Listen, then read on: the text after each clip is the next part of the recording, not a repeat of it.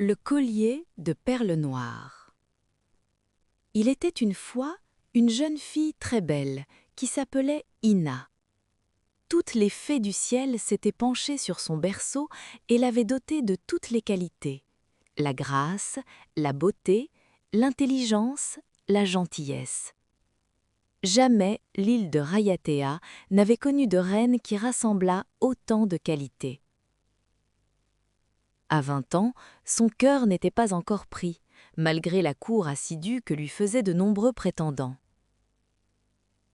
Un jour vint pourtant où Ina rencontra le jeune homme qui fit battre son cœur. Elle se fiança sans attendre et annonça la date prochaine de son mariage. En gage d'amour, le fiancé, très épris, lui offrit le cadeau le plus extraordinaire qui n'avait d'égal que les sentiments très purs qu'il lui portait. En découvrant son présent, Ina fut émerveillée. Ni tout l'or de son palais, ni les diamants de sa couronne, ni la splendeur de ses maisons n'égalaient une telle merveille.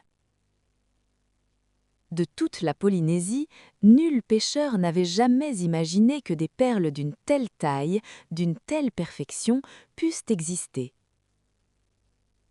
Noires, elles étincelaient de 1000 éclats au cou de la reine, qui jura ne jamais plus se séparer de ce collier que tout l'or du monde n'aurait pu lui arracher. Bien qu'elle en mourût d'envie, Ina, en accord avec son fiancé, décida cependant de ne porter ce collier qu'à partir du jour où leur mariage serait célébré. En attendant, ce collier inestimable serait gardé par des hommes en armes qui le veilleraient jour et nuit. Un jour, alors que Ina donnait audience à ses sujets, elle refusa la requête d'un homme, comme cela arrivait lorsque la demande ne lui paraissait pas justifiée. Or, cet homme n'était autre que Hiro, le roi des voleurs.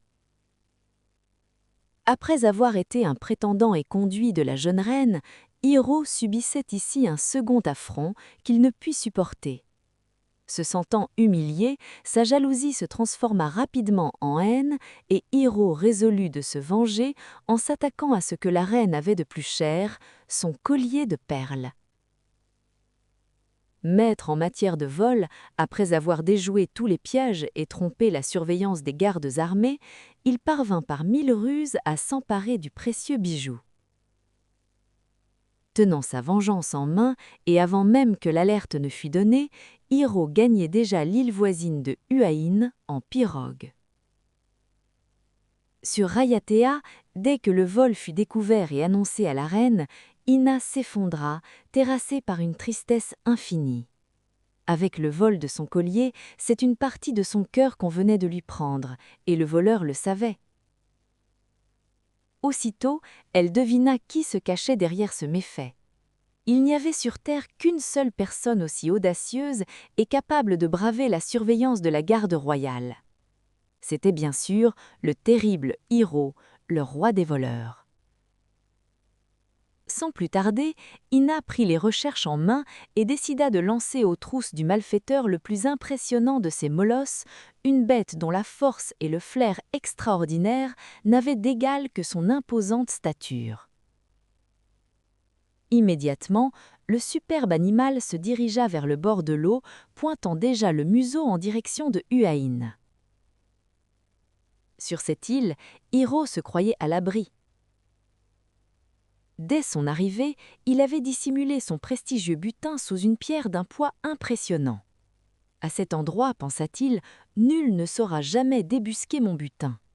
Il n'existe sur terre qu'une seule personne aussi malin que Hiro, le roi des voleurs. Mais déjà s'approchait des rives de Huaïn le molosse de la reine. La truffe grosse comme une noix de coco au vent, son travail apporta très rapidement ses fruits. Fuyant dans la montagne où se tenait son repère, Hiro était loin de se douter d'une conclusion aussi rapide. Le molosse s'arrêta à l'endroit même où Hiro avait dissimulé le précieux collier et comme pour marquer le lieu précis où se cachait le trésor, il posa sa lourde patte sur la pierre. Une fois la pierre soulevée, Ina reprit son collier et épousa, comme il se doit, son fiancé bien-aimé. Depuis ce jour, on peut voir sur l'île de Hua Hin l'empreinte d'une patte d'un animal de taille impressionnante gravée dans cette roche bien connue.